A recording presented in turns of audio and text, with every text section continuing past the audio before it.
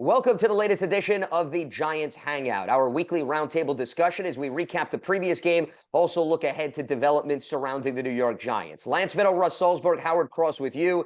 A disappointing performance for Big Blue out in Vegas as they fall to the Raiders 30-6. We're going to hit on three big themes. Unfortunately, the injury bug struck once again. Where the Giants go moving forward with the quarterback position because of multiple injuries at that spot, as well as some of the defensive struggles against the Raiders offense. So, Howard, I want to start with obviously the biggest news coming out of the game, and that was, of course, seeing the image of Daniel Jones go down on one knee on the very first play of the second quarter. We saw that he awkwardly went down on the previous play, the last play of the first quarter, and he had to then head back to the locker room. There are reports that it looks like it's probably a serious knee injury, but we're still waiting for confirmation from the team. But I think at this point, the Giants are operating with the idea that Daniel Jones, in all likelihood, will be a spectator moving forward. And it's unfortunate, Howard, because he just came back from this neck issue, which he missed 3 games. And then all of a sudden, in the blink of an eye, the Giants now have to deal with being without their starting quarterback once again.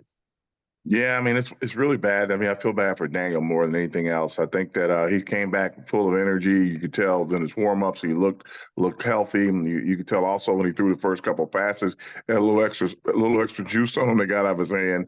But to step back with non-contact injury and go down, that's kind of been the theme of the NFL for the last couple of years, or last 5 or 6 years. These non-contact injuries, and by the way, on grass, not on turf.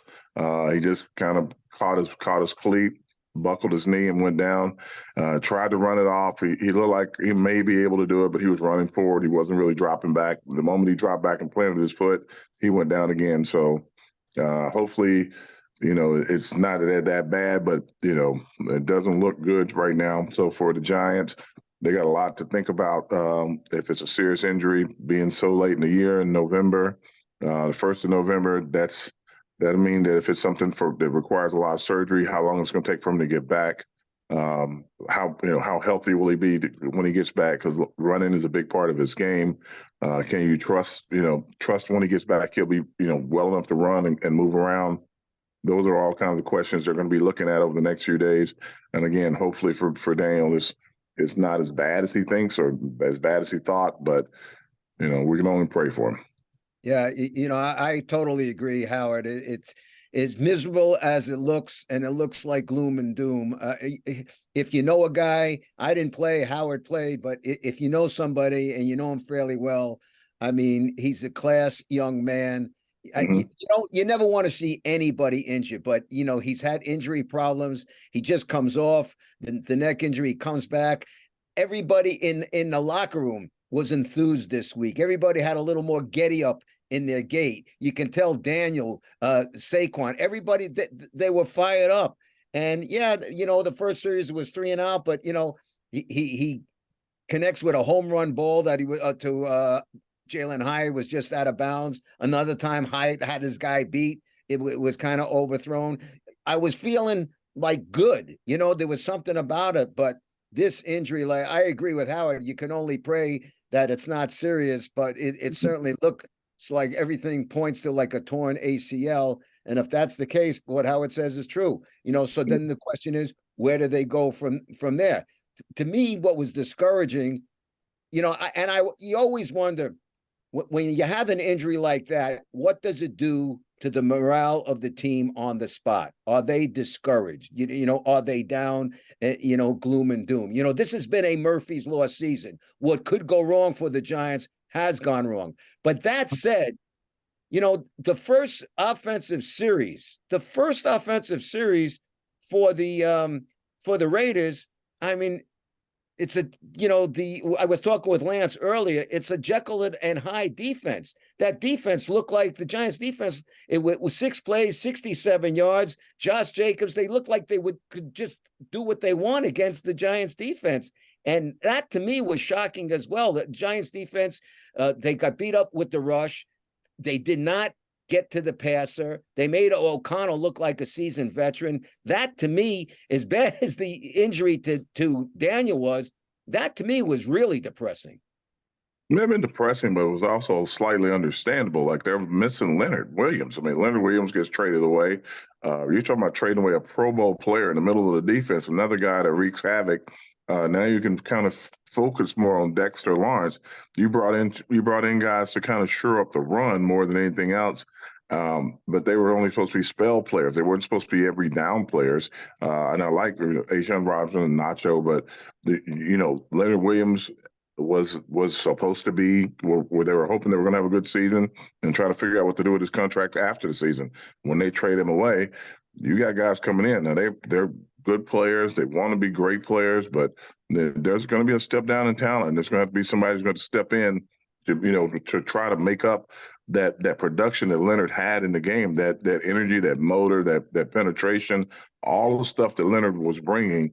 Now you got 3 or 4 guys that are going to try to step in there to bring it, but bringing it, they'd all have to be in there at the same time on top of each other to get the same kind of production almost. Yeah, well, Leonard played. Go ahead, Russ. Yeah. No, I agree. It was a step down. It was a couple of steps down. It just did not look right. No question about it. Leo not being there is definitely a big minus, on that defensive line. The defense just looked out of sorts. Even at times, I said it reared its ugly head. Some poor tackling. We hadn't seen that for a couple of weeks, and all of a sudden, it came out again. It was a very discouraging game from a Giants perspective for everybody involved, and I'm sure the fans felt the same way. Yeah. Well, to Howard's point, Leonard Williams, I was just going to say, Howard played well over 70% of the snaps this season on defense. That's second most among defensive linemen. So you're right. It does change the dynamics. Even though they have rotated personnel, he's been on the field more often than not than everyone else. And what I think you were tapping into, and this ties into what Russ said, when you can't stop the run, it's very hard then to start getting after the quarterback. And in the last few games, if you notice, guys, the Giants have done an effective job containing the run games. Washington and the Jets, Breece Hall had the catch and run. He didn't do much of anything on the ground. Damage-wise, Josh Jacobs, 5-yard runs, 6-yard runs. Chunk plays, all of a sudden, favorable third downs. You can't all of a sudden pin your ears back and disrupt the rookie quarterback. So I thought that was a big difference as to why we saw no sacks and 1 quarterback hit. And that's why, to Russ's point, Howard, Aiden O'Connell was not put in a precarious spot where A, he had to play from behind, and B, the down and distance was against him from start to finish.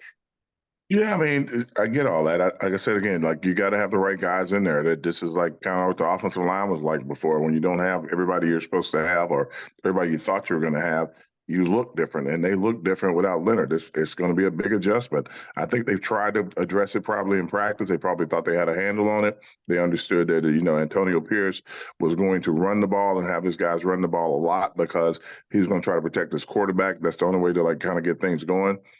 And they came in knowing that and knowing that Josh Jacobs is not just any running back. He's like the leading rusher of the league. So, he does with a little bit of everything. He does with some power. He does it with speed. He does it with some shiftiness. So he's a really good back. So if you're knowing all of that, it's all hands on deck and everybody gets to get to him.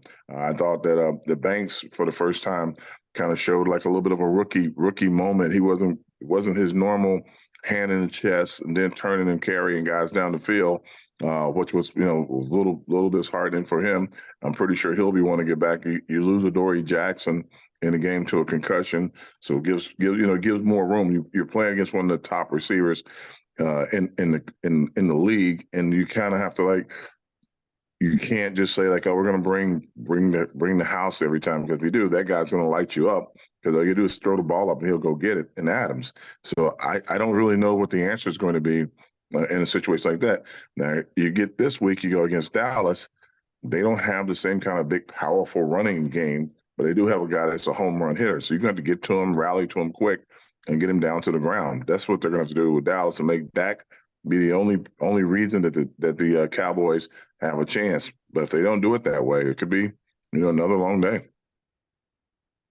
Well, Dallas also, I would say, stresses you out with the receiver position much more than the Raiders in terms of their depth and their versatility. But I actually thought the Giants did a good job not allowing Davante Adams to damage the game. The problem was you had other players not named Davante Adams that came to life. For example, you brought up Deonte Banks, Trey Turner, who is not a household name for the Raiders. He gets that 50-yard catch down the field. He beat Banks up the right sideline. Then you saw plays from Hunter Renfrow early in the game. They got him more involved. And that shouldn't surprise anyone because, Howard, you brought up Antonio Pierce. You figured the coaching staff was going to maybe tap into some different personnel that may have not been utilized as much under the old regime. So it was a combination of that, and it was a combination of a new play caller going in a little bit of a different direction compared to what we saw in previous games.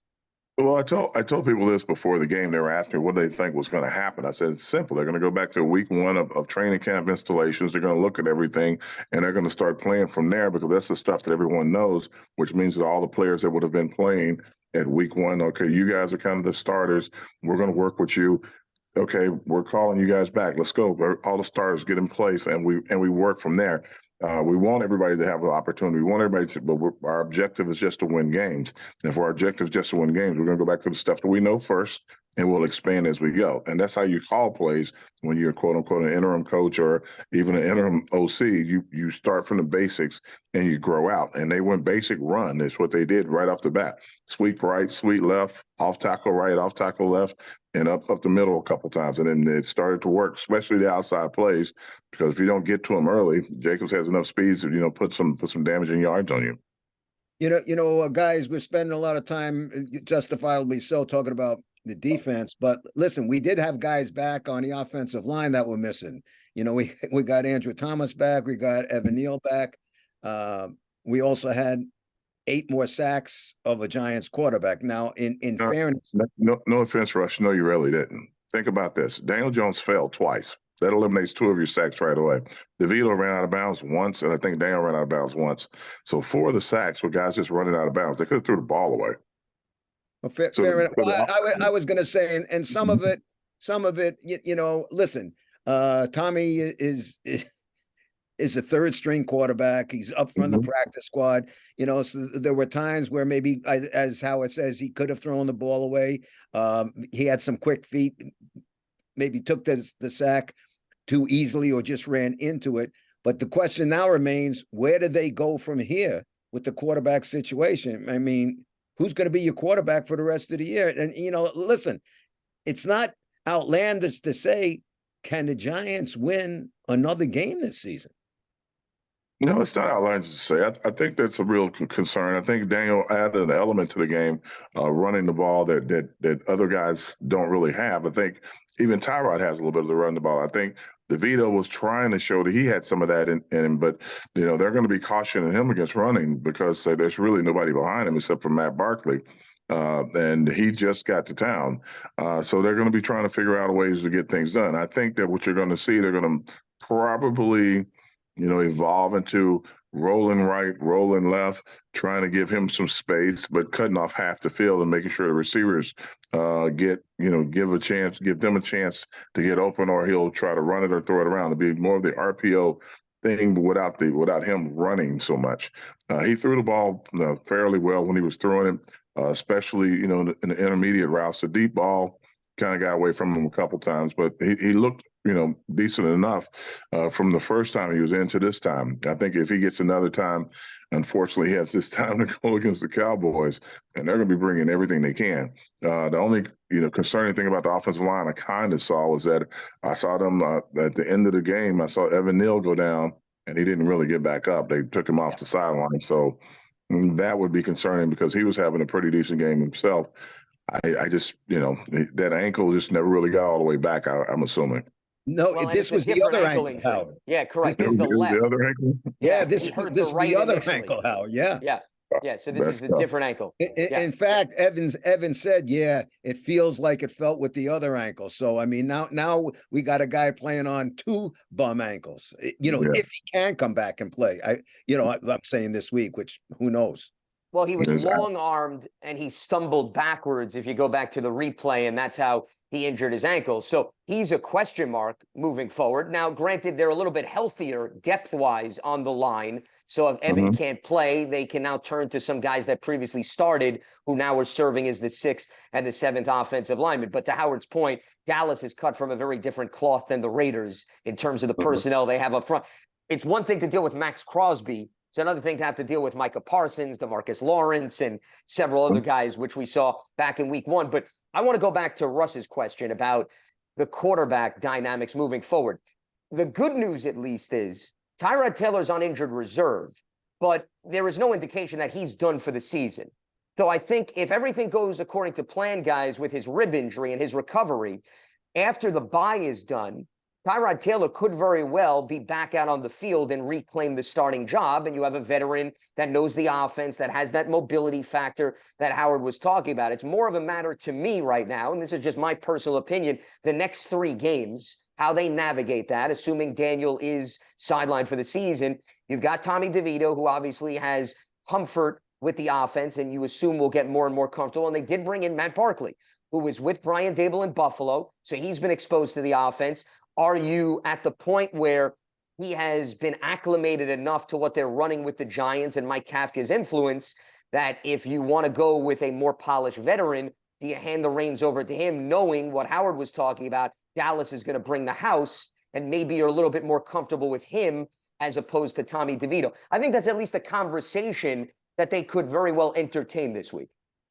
So now so last week you were saying that a quarterback couldn't come in and learn the offense in a week. Now it's been a week going into a second week. You're like, well, we got to put him in. Well, no, hold on, Howard. No, let me clarify. You're not going to pin me against the wall here, okay? You asked me, okay? Yeah, you go ahead and laugh. Let's review, okay? We'll go back to the tape like Warner Wolf, okay? If you asked me what I said, you said, how many quarterbacks are out there on the market? I said very few, but I said Matt Barkley's out there, and I said Barkley is an exception because he was exposed to this offense. So if anyone can come in relatively soon and get adjusted, he would be the exception to the rule. And who did they wind up bringing in? They brought in Matt Barkley. So that's my defense here, okay? The defense rests. I'll allow the prosecution to speak again. But only just so you know, in the league this week, a player came in on a Tuesday, got thrown into the game because the starting quarterback got hurt and won the game. Dobbs, correct. Yeah. Well, and Dobbs is a veteran who has had some starting experience and has been in the league for many different years. Very different than Tommy DeVito being thrown in. We were talking about bringing somebody in off the street that was a veteran. That could they come in and do it? You said it's impossible to do. And I'm like, no, it's not. Well, but once again, based on who was out on the market, Dobbs wasn't out on the market, Howard. They acquired him via trade. Let's not forget about that. Yeah, I said they traded for him because I said the Giants, that the injury would have cost, even though Daniel came back, would have been a trade moment. They would have to trade to get somebody. Well, listen, guys, regardless, the point being what Lance just said. So let's say he comes back after the bye is Tyrod Taylor. They got 3 games coming up. It's Dallas, it's the Commanders, it's the Patriots. I mean, if they lose all 3, you're 2-10 going in, and then Tyrod comes back. What are we dealing with here? I think now it's more about them getting. Well, I think now it's more about not the defense on here. I think now it's more about trying to evaluate some of your players to see what you can get out of them. I don't think it's so much, you like to go into every game thinking, oh, we got a chance for the playoffs. Oh, we got a chance. Once everyone started getting hurt, and I didn't know if everyone's going to get back, they got everybody back, and then Daniel goes down. It's not a bleak situation. Just like, okay, now we're going to get to evaluate some guys. Some guys are going to get some chances on this team to make some money, to cement their place on the team. Some guys are going to get some more playing time. They're going to try to get creative. It's going to give these receivers on the outside some chances to like, hey, look, we need to work on getting open regardless of what the coverage is, if it's press, if whatever it is. We want to make sure we're beating guys off the line, and let's really focus on doing this. So now it's a prolonged a camp, so to speak, so they can get better along the way, so they'll be prepared for more prepared or better prepared for next year. You can't – every season doesn't come out to the playoffs. and I would love for it to. I had reservations about this season because of the schedule. Like I said, we're going to play more teams this year that were looking to be not just in the playoffs, but go to the Super Bowl, as opposed to last year, just playing teams that were like, okay, hopefully we can get a chance to win our division. So they got the best of the league this year, and it showed. Like, if you're not healthy and you're not ready, you're not ready. Well, I was just going to add, yeah, it became a perfect storm, if you will, this season, Howard. They played much better teams, and they were decimated by injuries. So that combination really put them on their backs real fast. Mm-hmm. Well, and I think you also guys need to take into consideration the manner in which they won games last season, too. Let's not forget about that. They weren't winning by 20 to 30 points a game. And I'm not saying everybody's doing that across the NFL, but how many games do you go back to last season where they don't make a defensive stop on the very last play of the game? A few of those wins could have easily been losses. That was the fine line that they walked. Hey, they don't have to make excuses. The record is what the record is. But the bottom line is they were walking that tightrope, I guess, is what I'm getting at. And now, unfortunately, what we're seeing this season is the tightrope is not around much because there have been a handful of lopsided affairs. And that goes back to, Russ, you mentioned it's been a perfect storm. Unfortunately, part of this perfect storm has been they've dug themselves in early holes. And this team is not built to find a way out of those holes. For example, this was the third time they trailed by at least 20 points while being shut out at the break. We saw it against Dallas in week 1. We saw it in week 2 against Arizona. Now, they rallied against Arizona, but Russ, in fairness, that was more of the outlier than the norm compared to what we've seen this season. No, and I'd agree with that. I think now moving forward, Howard, you can agree or disagree. I think you will agree that, you don't want to put it on one side, but it's incumbent upon the defense, especially early on, not to allow the Giants to get into a big hole, because the Giant offense, there's just not enough artillery right now at the quarterback position in particular to dig themselves out of a big hole offensively. So they got to play it tight and close to the vest as much as possible. I know, but look, you got to start to run your offense. You know that you want to run the ball. Barkley's going to have to try to go out and try to win some of that incentive money that they gave him for the rest of the season, which I don't know if he can with all the games he missed. I think, like I said, the receivers that are playing, they're going to pick it up a little bit. I think Cager is going to get an opportunity here to go out and do some of the Waller type routes and get himself involved in the game from an offensive standpoint. You saw Bellinger; he looks good and strong, making plays when the ball's in the air to him. He's looking pretty good blocking as well. He's got to increase that as he goes.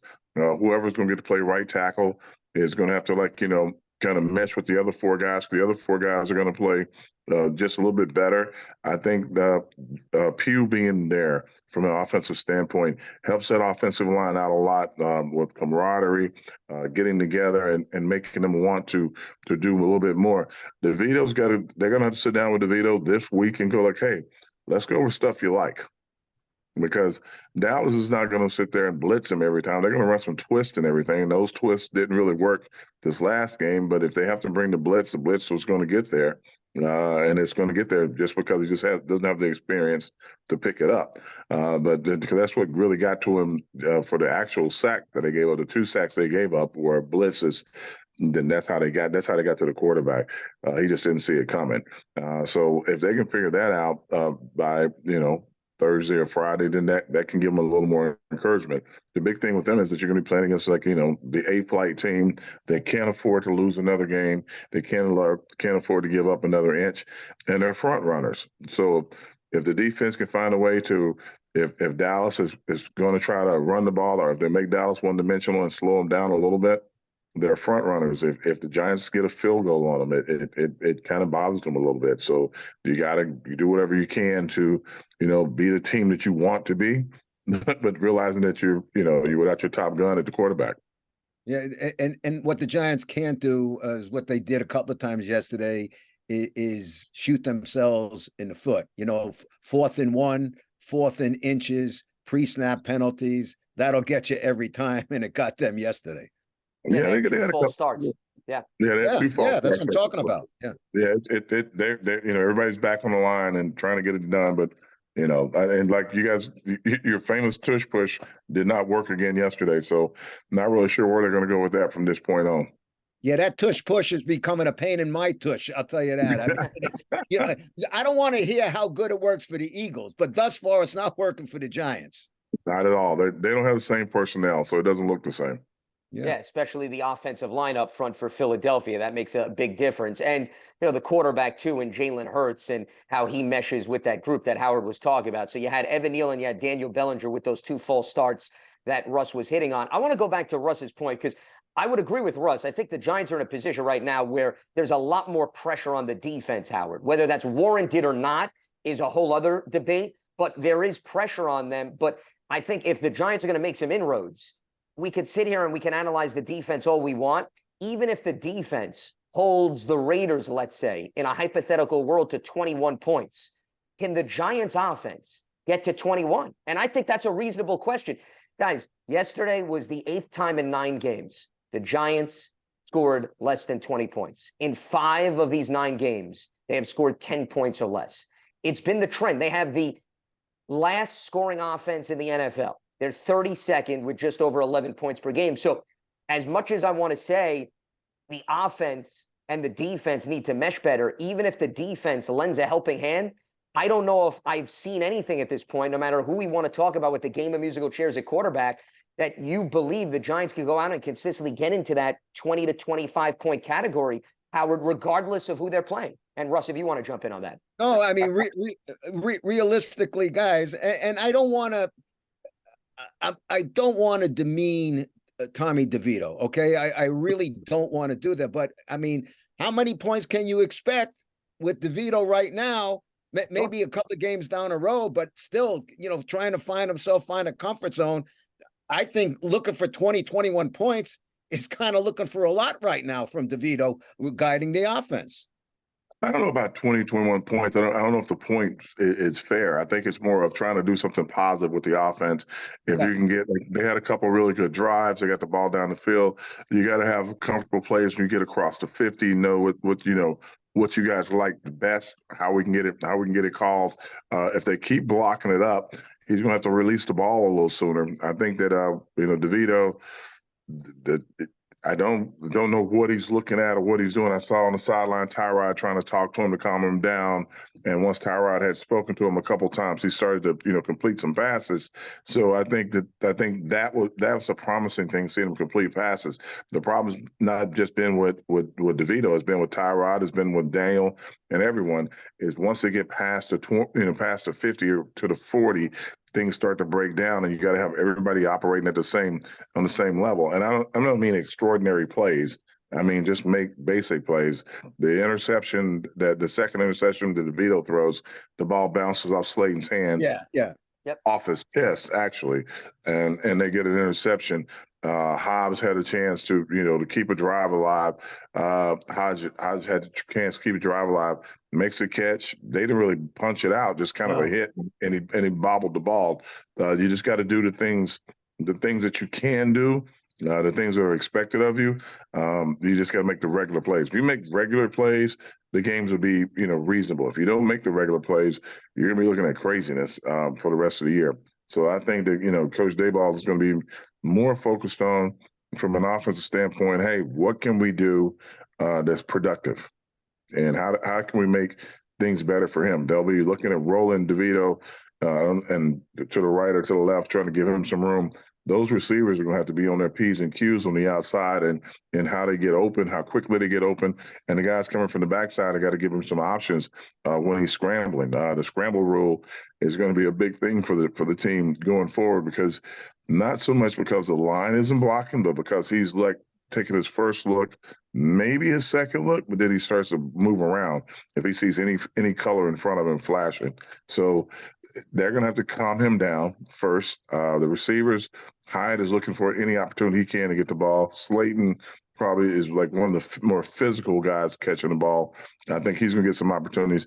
It's a lot going to be dependent on Saquon and how much of a load can he take running the ball. And if you're going to try to protect your young quarterback, you're going to have to run the ball. When you run the ball, though, the offensive line plays better.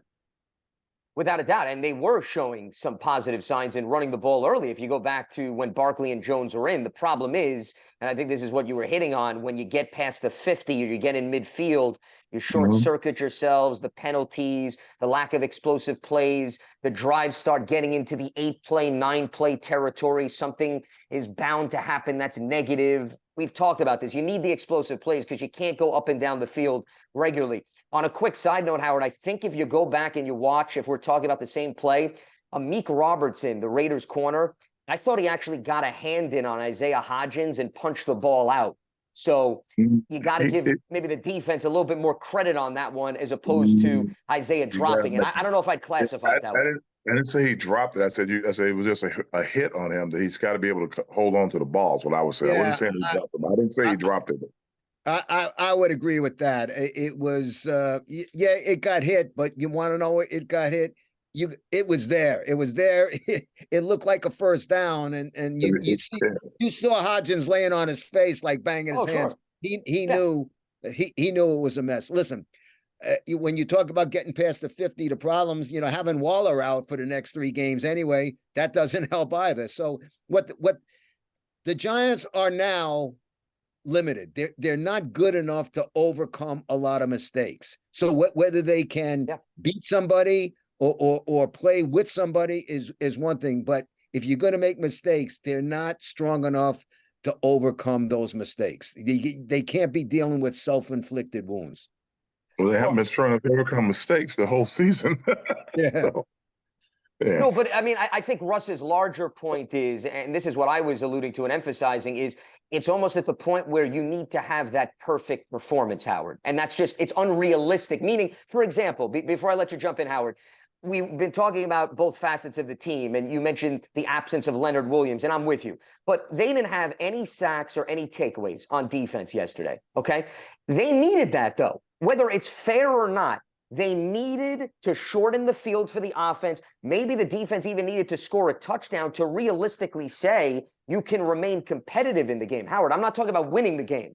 I'm talking about staying within striking distance. And I know, okay, I'm not saying that is realistic to ask for a defense to do that every week, but those are the types of things we're looking at in order to overcome what Russ was talking about, how they go in, essentially, for the lack of a better phrase, in a handicap position.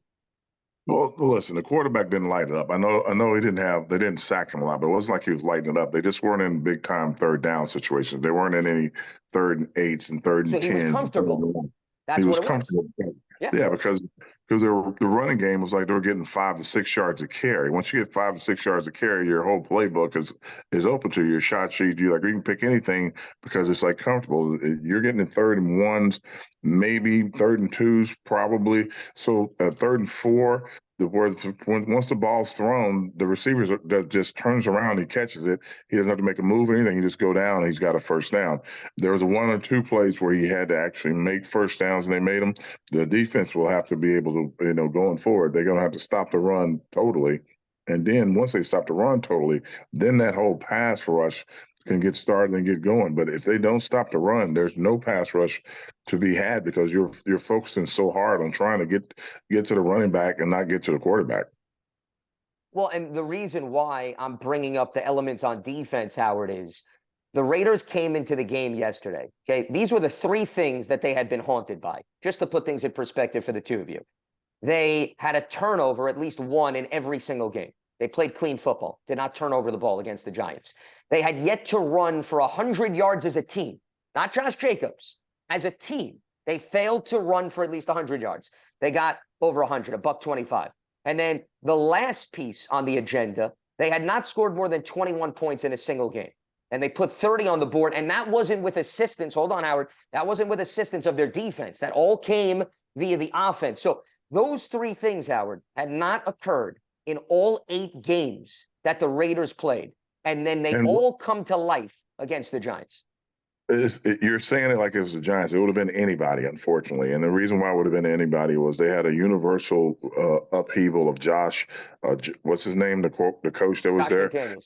Yeah. Josh McDaniels. They did everything they could. They had a free for all or something where they had every player get up and speak and airs grievances, and everyone aired their grievances to Josh in front of the ownership and everything, and it was crazy. And all of a sudden, Antonio Pierce gets up and talks about the path to victory, and that we always have a path to victory, right? So that's the message that they were having. That whatever message Josh was giving, they weren't receptive to, and it was hurting the team. Now all of a sudden you get a different message. Everybody believes in what's going on, and now this talent that they've had the whole time they get to use. So it wasn't the Giants; it was who was next. That could have happened to anybody because they were going to come out and run the ball and be determined to run the ball and get after it. So the Giants coming in, I heard a lot. Like I said again, I heard a lot about what do you think they're going to do? I mean, they're going to run the ball. They have the number one, the guy who led the league in rushing last year. They're going to run the ball. They're going to protect their young quarterback, and then they're going to protect him by running the ball first. You got one of the best receivers in the league standing out on one side. You got two really good tight ends. There's a couple of other guys that can catch the ball as well. So you got a lot of talented people standing around him. If we run the ball, everything else is open, and they ran the ball well. So that would have happened to the Giants. That would have happened to, I hate to say it, the Cowboys. That would happen to anybody. They were determined to run it. They did a great job doing it. Well, they definitely look like a different team. But Howard, the way you're talking, it sounds as if the Giants played the X-Men yesterday, and Antonio Pierce got Wolverine to sharpen his claws, and all of a sudden they got superhero powers over the course of the last few days. I mean, come on here. You can say it any way you want to. When something's bad in the system's bad. And you can see that it's bad. They came up with it. It's not like some people every once in a while. It's I hate to say it. I've seen it happen even with the Giants in my career. You have a guy in that everybody's like, oh my God. I've even seen guys. I watched the game one time. I won't say when and what year or whatever. But I saw one time where the defensive coordinator was calling the defense, and the players revolted and started calling the defense on their own. So, like, when I'm telling you this, and I know you like, oh, it looks like when the players are together and they're organized and they have a great plan, they can execute the plan. Well, yeah, I think we're also talking about a perfect storm. They rallied, the Raiders rallied around a new head coach. They were going to run the ball. They had that game plan. And, on the opposite side of the line or the opposite side of the field, you had a team that was missing, big guy on defense. You also had a team that lost its quarterback, and you got to wonder how demoralizing that is. Not just in that game, but moving forward. I mean, but you also had a team, Russ. Think about this: was watching tape of this team the entire time, and what did they see? They saw the stuff that Lance was talking about. If you're looking at the stuff that Lance is talking about, you're like, these guys are really bad. And your energy to play against them, no matter what, you're like, oh, we're going to get better against these guys. This is going to be a win. And all of a sudden, they come out and start punching you in the mouth. You're like, wait a minute, this is not the same group of guys. Now you got to regroup and try to figure out what to do. And that's what they got. By the time they had controlled the run and started getting to them, it was a little late in the game. Well, Giants need to do a whole lot of regrouping from now till Sunday. That's for sure. Yeah. There's no doubt about it. One other thing that I just want to get to wrap up our conversation and circle back to where we started. And I know everybody's still digesting perhaps the quarterback news that everybody's bracing for. But guys, if this doesn't further emphasize the luxury the Giants had with Eli Manning as the starting quarterback all those years, and he did not miss one game due to injury, I don't know what better spells things out. Because, I mean, this is not a shot against Daniel Jones, but Daniel now is going to have missed at least 2 games in every single season in which he's been the starting quarterback. And that goes back to 2019 when he replaced Eli Manning. So I think if there's ever an appropriate moment to go back to the archives and look back at what the Giants had with Eli for the fan base to further appreciate it, to me, it's now. Because unfortunately, with the exception of last season, Daniel Jones has not been able to stay on the field for an entire campaign. And we know, based on what we're talking about, that completely changes the dynamics of a team. Yeah, but that said, Eli was then and this is now. And now we have Tommy DeVito at the helm until further notice. Okay, and we'll leave it at that. Oh, well, unless Howard wants to add. Yes. I'll go with this, Lance. I must have listened to 1,000 Giants fans talk about how bad Eli was and how, man, he's a little overrated. And, oh, wow. I'm like, really? Is this what you think? And like, nothing against Daniel. I used to tell him all the time, I'm like, there'll come a time, hopefully not soon, but there'll come a time you'll look back at Eli and you'll be like, wow, that dude was tough. Hey, And he hey, will. hey, Howard, I'm sure you remember this because I remember your old coach, Bill Parcells, used to say to us sitting in the media, yeah, you guys, you guys one day are going to look back and say, that number 11, he was pretty good too. He was pretty good too. Yeah, Because, they were going after Sims also. No, you're right. But as I yeah, say, that was then and this is now. Ain't no Sims, ain't no Eli. Right now, it's Tommy DeVito. no. Hopefully, he has a good one. Hope so too.